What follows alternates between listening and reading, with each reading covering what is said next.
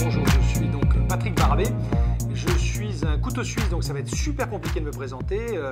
J'ai fait des sales, j'ai fait du recrutement, j'ai fait de l'IT, de la stratégie digitale. Voilà. Récemment encore, j'ai eu une activité pendant 2 ans et demi sur tout ce qui était stratégie social média pour un grand groupe de retail. Et je fais également de la formation, de l'accompagnement, enfin beaucoup de choses. Et là, tu vas nous parler d'usage des réseaux sociaux pour un freelance ou un consultant pour trouver des clients. Oui, alors c'est important parce que maintenant, les consultants avant, souvent, trouvaient du business par leur réseau physique. Et maintenant, le réseau physique commence à se tarir et surtout le business commence à se tarir. Donc, ce qu'il faut se dire, c'est qu'il va falloir qu'ils utilisent ce que les gens utilisent le plus actuellement, c'est-à-dire tout ce qui est les médias sociaux. Et comment utiliser les médias sociaux? Eh bien, simplement en faisant montre de leur expertise au travers de ces médias sociaux. Bah oui, parce que souvent, avant, tu demandais à tes amis, tu connais un expert dans tel domaine. Maintenant, les mecs, ils vont regarder sur Internet, ils vont voir ce qui sort et ah, c'est ce gars-là que je veux. Voilà, exactement. Ils vont aller sur LinkedIn ou sur Twitter, ils vont taper expert en performance commerciale et ils vont voir ressortir 3 personnes, expert en vente, et ils vont voir ressortir Michael Aguilar par exemple, et ils vont se dire c'est lui que je veux. Il est impossible parce qu'il est super booké. Et à côté de ça, le consultant dont c'est le métier et qui est performant également et qui est juste 3 fois moins cher, je plaisante bien sûr, mais enfin, qui est en tout cas plus abordable et surtout plus disponible, eh bien il va falloir qu'il fasse preuve de son expertise pour se permettre d'apparaître dans les listes. Alors donc comment il fait? Alors comment il fait? Alors déjà, il va falloir qu'il produise du contenu. Il va falloir être producteur de contenu parce que le contenu, c'est le nerf de la guerre actuellement sur les médias sociaux et sur Internet en général. Donc un contenu de qualité, un contenu qu'il va écrire. On peut déjà commencer par faire de la curation de contenu, donc rechercher des contenus intéressants et ensuite les partager avec sa communauté pour commencer à habituer de façon souple la communauté à ce que l'on leur donne des informations intéressantes, des liens, des infographies, du texte, des contenus, des vidéos même, les partager. Déjà, on va commencer à habituer la communauté à voir apparaître du contenu d'autre part. Et après, on verra sur quel contenu notre communauté réagit le mieux et sur quel contenu on a le plus de retours. Et sur ces contenus-là ou cette typologie de contenu, eh bien, le consultant va devoir les développer lui-même, va devoir développer ses propres textes, ses propres articles, ses propres infographies.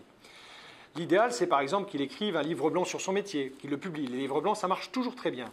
Qui commence à créer une mini-chaîne YouTube. L'important, c'est le contenu et d'avoir un excellent son sur une chaîne YouTube. La vidéo, la qualité de l'image, je suis désolé de te le dire, je sais que tu es un professionnel du sujet, mais la qualité de l'image peut être secondaire si on a un excellent son. Et le podcast... Si le son n'est pas bon, forcément, voilà. Les gens vont en avoir marre, ils vont se barrer. Ils vont en avoir marre. Le podcast, d'ailleurs, revient un petit peu en force sur le sujet. Il peut aussi créer un podcast. Donc, il faut vraiment qu'il crée du contenu à valeur ajoutée, du contenu qui prouve que lui est capable de le produire et qui va affirmer son expertise. Alors, grâce à un mix entre Twitter et Facebook, voire même entre 1 ou 2 comptes Twitter et Facebook ou LinkedIn, parce qu'on peut aussi avoir une page Facebook ou un compte LinkedIn, il peut même avoir des petites modulations dans son expertise. Il peut être expert sur 2-3 sujets, les faire apparaître dans 2 ou 3 endroits. D'accord. Alors, quelles sont les bonnes pratiques que tu recommanderais? Par quoi on commence? On commence par faire quoi? Optimiser son profil LinkedIn? On commence à devenir ses terrains d'expertise? On fait comment? Oui, alors bien sûr, il faut optimiser son profil LinkedIn. C'est-à-dire LinkedIn vous donne une indication sur la qualité de votre profil. L'idéal, c'est d'arriver au moins au niveau expert, donc de remplir toutes les cases du profil LinkedIn, de se débrouiller pour avoir un résumé qui soit... avec le maximum de mots-clés possible, en tenant compte du fait que le résumé, ce n'est pas pour vous que vous l'écrivez, mais c'est pour vos clients potentiels. Donc dans le résumé, il faut qu'il y ait tous les mots-clés que les clients vont utiliser pour vous trouver. Et également un petit call to action. Si vous mettez dans le résumé un email ou un numéro de téléphone où on peut vous joindre, eh bien on va vous joindre. S'il faut que la personne soit en contact avec vous sur LinkedIn, vous demande le contact, échange ensuite avec vous par message direct, ça va être un peu plus compliqué. Toujours mettre un petit call to action dans le résumé, l'intégralité des mots-clés. Alors ce que je suggère pour voir quels mots-clés apparaissent le mieux, il existe des outils sur Internet qui permettent à partir d'un texte de définir un nuage de tags, un nuage de mots-clés. Vous prenez votre résumé, vous le collez dans l'outil et vous voyez les mots qui ressortent. Si les mots qui ressortent correspondent aux mots que vos clients utilisent pour vous trouver, vous avez gagné. Si c'est d'autres mots, réécrivez votre résumé. D'accord, alors c'est l'étape numéro 1. On optimise son profil LinkedIn. Ensuite, on va passer à la création de contenu et à la curation. Tu conseilles quoi en fait pour la curation? C'est simplement voir sa veille, ses newsletters, c'est quoi en fait? Alors déjà, c'est utiliser Google Alert sur les mots-clés qui sont les mots-clés du métier pour avoir un maximum de remontées de Google Alert, qui est un outil exceptionnel et gratuit surtout, de curation de contenu, et voir arriver dans sa boîte mail la liste de tous les articles de presse, de blogs, de comptes Twitter, etc., qui parlent des mots-clés que vous avez saisis. Ces contenus-là, ensuite, vous les partagez. Soit vous faites un copier-coller directement dans le profil LinkedIn ou sur le compte Twitter, soit vous utilisez un outil de partage, un outil de programmation de contenu. Moi, j'en utilise un qui est très bien et très simple, notamment pour Twitter, LinkedIn, qui s'appelle Swello. Swello, c'est un outil en ligne.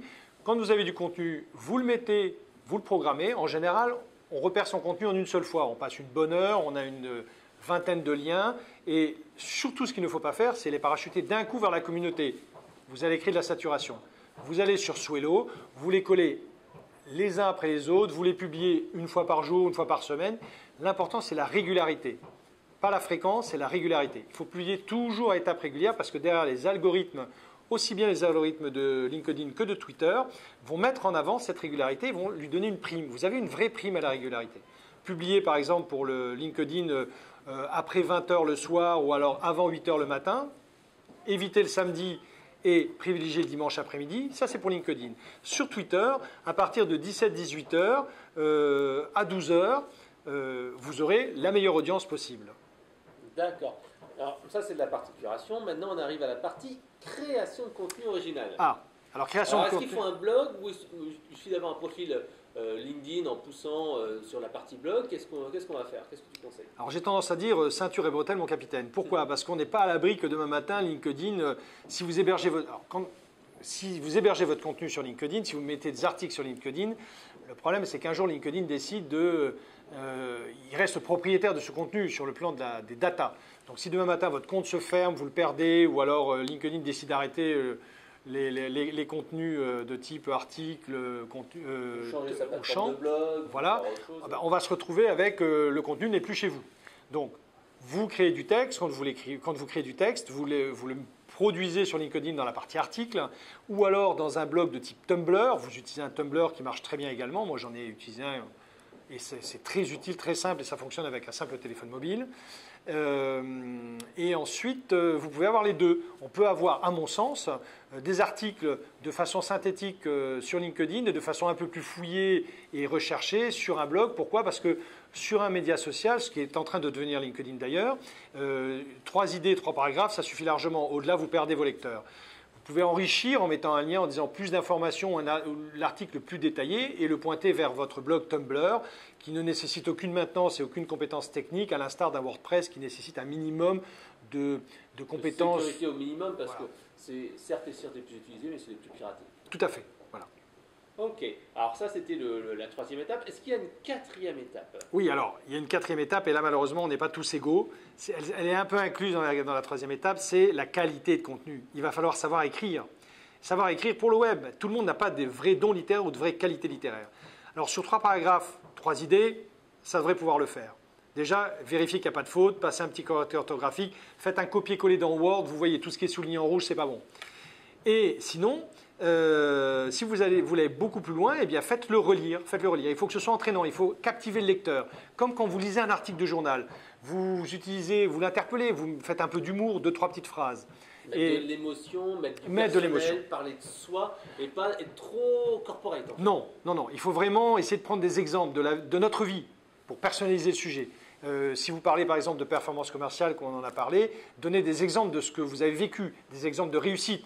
Peut-être même parfois des exemples d'échecs que vous avez réussi à retourner. N'oubliez pas que vous êtes un gagnant, que vous avez formé. Oui, alors les best failures, mais surtout les best practices. Vous êtes censé rassurer la personne qui va lire. Donc il faut qu'elle soit rassurée sur le fait que vous soyez un expert, sur le fait que vous puissiez l'accompagner et sur le fait que vous ayez un discours cohérent. Ne jamais oublier que le contact que vous allez avoir doit rendre des comptes à quelqu'un. Même un directeur général ou un PDG doit rendre des comptes à ses actionnaires. Il va falloir qu'il soit rassuré lui-même, mais qu'il ait des arguments pour rassurer les autres. Si vous travaillez avec un DSI ou avec un directeur communication ou marketing qui va vous choisir comme prestataire, il va falloir qu'il justifie ce choix. Et si vous lui donnez des arguments et des bons arguments, il va vous citer. Donc un bon texte, une bonne qualité rédactionnelle, allez-y. Joël René, il y a quelques années, avait écrit un ouvrage qui est toujours, je pense, disponible, qui est « Comment écrire pour le web ». N'hésitez pas à le relire, ça peut toujours servir. Alors, le dernier point, on a parlé de contenu intéressant. La grande tendance actuellement, c'est l'infotainment. Tu as parlé tout à l'heure de donner l'exemple de la vie. Par exemple, il y a Stan Leloup de Marketing Mania qui a basé une grande partie de son succès sur des analyses, par exemple, du loup de Wall Street ou de films comme ça. Et aussi des consultants comme Tara Hunt aux États-Unis qui utilisent beaucoup des extraits de films, des mini-génériques, etc. Qu'est-ce que tu en penses? Parce que je crois que dans le poste que tu as occupé il y a quelques temps, tu avais mis aussi beaucoup d'infotainment, d'informations, de vidéos. Qu'est-ce que tu peux nous donner comme avis là-dessus? Alors oui, effectivement, Facebook pousse, je prends l'exemple de Facebook, vous pouvez créer une page Facebook professionnelle, l'intérêt c'est surtout que vous puissiez avoir un média qui est monétisable très facilement. Vous pouvez en mettant très peu d'argent avoir un vrai impact avec une vraie définition de la cible. Mais Facebook mettait très en avant la vidéo. La vidéo est devenue un média qui est devenu quasiment indispensable sur des plateformes comme Facebook. Actuellement, maintenant sur LinkedIn, puisqu'on peut mettre des vidéos de 10 minutes maximum. Tout à fait. Maintenant sur LinkedIn, c'est également le cas. Alors les gens qui commencent à aborder LinkedIn, on voit arriver sur LinkedIn la même mécanique que sur Facebook ou Twitter il y a quelques années. On commence à mettre des statuts, certains plus évolués commencent à mettre des articles et des infographies, d'autres commencent à mettre des mini-vidéos. Attaquer tout de suite par le haut du panier, articles et vidéos. Alors, ce n'est pas forcément facile, mais vous pouvez effectivement récupérer des vidéos sur certains sites. Vous pouvez mettre du GIF animé. Le GIF animé appuie toujours.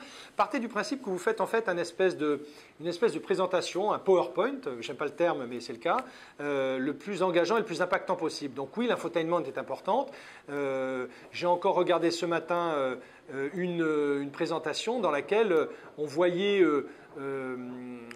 La personne qui faisait la présentation nous a montré une image avec des centaines de personnes qui avaient toutes devant elles un écran, un smartphone allumé. Donc on voyait les gens de dos, on voyait des tas d'écrans blancs et ils nous demandaient quelle est cette scène, qui est sur la scène, tout était flouté sur la scène, qui est sur la scène. Et en fait c'était la nomination du dernier pape. Donc, il a fait une remarque très amusante qui était de dire, à mon sens, hein, bien sûr, je ne vous demande pas de partager mon humour, mais qui était de dire, il faut avoir la foi dans le digital, mais les gens qui ont la foi dans le digital, puisqu'ils utilisent le digital pour filmer cet événement qui pour eux était extraordinaire. Actuellement, il faut vraiment, en mettant cette petite image, il a réussi à appuyer un argument très fort. Si vous n'êtes pas dans le digital et si vous n'êtes pas impliqué dans le digital, vous êtes vraiment très loin du monde réel. Parce que même ces gens-là qui ne sont pas a priori dans le digital, mais qui sont plus dans la foi, dans la relation avec une religion spécifique, eh bien, ils utilisent le digital. Le digital est partout maintenant. Donc on ne peut pas ne pas utiliser des médias ou des supports digitaux quand on fait de la communication. Des vidéos, l'un des outils les plus utilisés, c'est actuellement le site Giphy. Twitter propose des gifs animés. On ne peut plus mettre un tweet avec... sans un GIF animé, à mon sens, on peut le mettre sans GIF animé si on a une belle infographie ou si on a une vidéo. Mais mettre un GIF animé va appuyer le contenu et va le rendre plus riche et va lui donner une teinte. Oui, et puis de toute façon, l'être humain, naturellement, est conditionné pour voir les choses en mouvement. On est conditionné pour ça. Donc forcément, entre une image statique et une image qui bouge, l'œil sera automatiquement et nativement parce qu'on est conçu comme ça. Et oui, on est des chasseurs, on est devenus des cueilleurs, mais on est des chasseurs à l'origine et c'est vrai qu'on voit passer les éléments loin. Donc ça, c'est une évidence. Et surtout, une fois que vous avez bien consolidé ça, gardez vraiment cet aspect, gardez cette ligne éditoriale métier. Et alors, n'hésitez pas aussi, il y a une chose que je dis souvent pour les consultants, il y en a qui se posent la question de savoir s'ils doivent accepter en contact une demande d'un tel ou une demande d'un tel. LinkedIn vous limite à 30 000 contacts sur un compte. Si cette limitation existe, c'est parce qu'elle peut être atteinte et qu'il n'y a pas de frein à ce qu'elle soit atteinte. Comme LinkedIn devient un média social, n'hésitez pas à courir à la taille, à courir après le contact, puisque derrière chaque contact, vous aurez quelqu'un qui sera un lecteur, un utilisateur des médias que vous allez produire et qui va les partager, et ça va démultiplier votre influence et augmenter le réseau qui va être au courant de l'expertise dont vous faites preuve. Donc n'hésitez pas, il ne faut pas avoir de pudeur. Quelqu'un vous demande en contact sur LinkedIn, vous acceptez, vous ferez le tri après. Oui, c'est la théorie des liens faibles. Où on se dit bien que ce sont les amis de vos amis qui sont vos meilleurs clients. Mais tout à fait, tout à fait. La théorie qui voulait qu'à une époque, on ne dépasse pas le nombre de Dunbar, c'est-à-dire 150 contacts, parce qu'on ne mettait que des contacts qu'on connaissait directement, maintenant est obsolète. Il y a des gens avec lesquels je ne suis pas en relation depuis des années, pourtant je suis toujours en contact. Toi, par exemple, ça fait des années qu'on ne s'est pas vu, on échange régulièrement sur Facebook, sur Twitter. Quand on se revoit, c'est comme si on s'était vu la veille. Je te donne un exemple. Justement, avec LinkedIn, j'ai mis un gros effort pour augmenter ma communauté. Je suis passé de, on va dire, 5-7 000 contacts à 20 000 en un an et demi. Et j'utilise un outil qui s'appelle LinkedIn Helper pour ajouter automatiquement des personnes. Et dedans, en ciblage, je suis tombé sur un de mes anciens copains de fac d'il y a 18 ans que je n'avais pas vu depuis 18 ans. Et grâce à lui, on a eu un rendez-vous. On aura peut-être une affaire qui va nous rapporter plusieurs dizaines de milliers d'euros. C'est exactement ça. Là, c'est le meilleur exemple. Donc, suivez cet exemple-là. Effectivement, on est vraiment dans une course à la taille. Pourquoi? Parce que c'est un média. Et que les médias ne fonctionnent bien que quand ils ont une audience. Et plus l'audience est grande, plus vous avez réussi. Donc, finalement, c'est la taille qui compte. Malheureusement, oui. Bon, alors si on veut en savoir plus justement sur toi, Patrick, on va sur quel site? Alors, moi, c'est très simple. Et accrochez-vous parce que je vais vous sortir quelque chose que vous n'avez pas l'habitude d'utiliser. Vous tapez barabé.tel. Donc, mon nom, ba2rabe.tel. Et oui, le .tel, comme le .com, est un nom de domaine. Bah, à bientôt. À bientôt.